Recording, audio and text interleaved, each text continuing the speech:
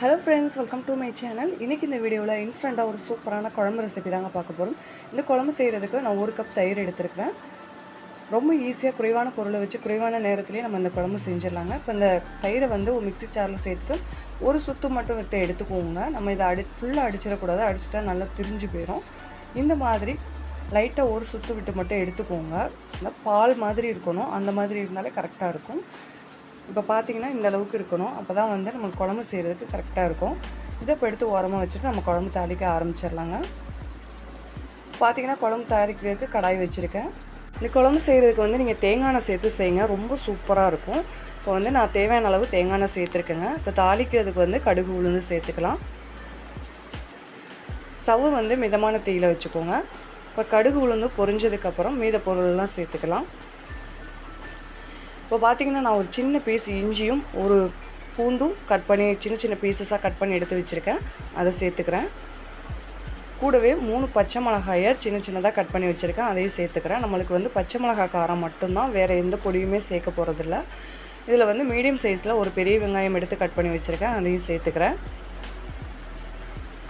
இப்போ இதெல்லாம் சேர்த்ததுக்கப்புறம் வெங்காயம் வந்து கொஞ்சம் கலர் மாதிரி வரட்டும். அது வரைக்கும் நல்லா வதக்கி எடுத்துக்கலாங்க. எப்பவுமே சாம்பார், ரசம், புளிக்குழம்பு இந்த மாதிரி வச்சு சாப்பிட்றதுக்கு இந்த குழம்பு ஒரு டைம் ட்ரை பண்ணி பாருங்கள். ஒரு டைம் ட்ரை பண்ணிங்கனாவே அடிக்கடி செஞ்சு சாப்பிடுவீங்க.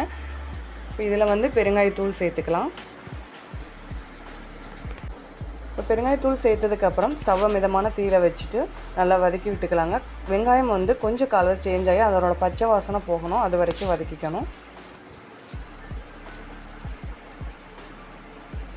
நம்ம சேனலில் நிறைய குழம்பு வெரைட்டிஸ்லாம் போட்டிருக்கோம். அதோட லிங்க்லாம் வந்து டிஸ்கிரிப்ஷனில் கொடுக்குறேன். தேவைப்படுறவங்க செக் பண்ணி பாருங்கள். இப்போ இதில் வந்து 1/4 ஸ்பூன் மஞ்சள் தூள் சேர்த்துக்கலாம். மஞ்சள் தூள் மட்டும்தான் இதுக்கு பொடி சேர்ப்போம். வேறு எந்த பொடியுமே சேர்க்க மாட்டோம். பச்சை மிளகாய் காரம் மட்டும்தான். இப்போ மஞ்சள் தூள் சேர்த்து ஒரு வாட்டி கலந்து விட்டுக்கோங்க. இதில் ஒரு காஞ்ச மிளகாய் சேர்த்துக்கலாம். இது வந்து நம்ம கட் பண்ணிவிட்டு சேர்க்கல, அதனால் இதில் உள்ள காரம் இறங்காது. இதெல்லாம் சேர்த்துட்டு ஒரு வாட்டி நல்லா கலந்து விட்டுக்கோங்க.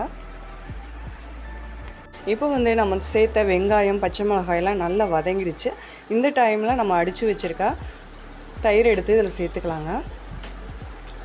இப்போ இதை சேர்த்துட்டு நீங்கள் ஃபுல்லாக கொதிக்க விட்டுறாதீங்க. இது சேர்க்குறப்பவே ஸ்டவ்வை மிதமான தீயில வச்சுட்டு சேர்த்துக்கோங்க. கொதிச்சிருச்சுன்னா திரிஞ்சு போயிடும். லைட்டாக அந்த ஓரங்களில் வந்து முறைக்கட்டி வரும். அந்த டைமில் வந்து நீங்கள் ஆஃப் பண்ணிடுங்க. ஃபுல்லாக கொதிக்க விட்டிங்கன்னா குழம்பு திரிஞ்சு போய் வேஸ்ட் ஆகிடும். இப்போ இந்த குழம்புக்கு தேவையான அளவு உப்பு சேர்த்துக்கலாம். உப்பு சேர்த்து ஒரு வாட்டி கலந்து விட்டுட்டு ஸ்டவ்வை ஆஃப் பண்ணிவிடுங்க. அவ்வளோதாங்க, நம்மளுக்கு சுவையான மோர் குழம்பு ரெடி. குறைவான நேரத்தில் நம்ம வீட்டில் இருக்கக்கூடிய பொருளை வச்சு நம்ம ரெடி பண்ணியாச்சுங்க. இது கூட உருளைக்கிழங்கு வறுவல், வாழைக்காய் வறுவல், சேப்பங்கிழங்கு வறுவல்லாம் சைடிஷ் வச்சுக்கிட்டிங்கன்னா ரொம்ப சூப்பராக இருக்கும்.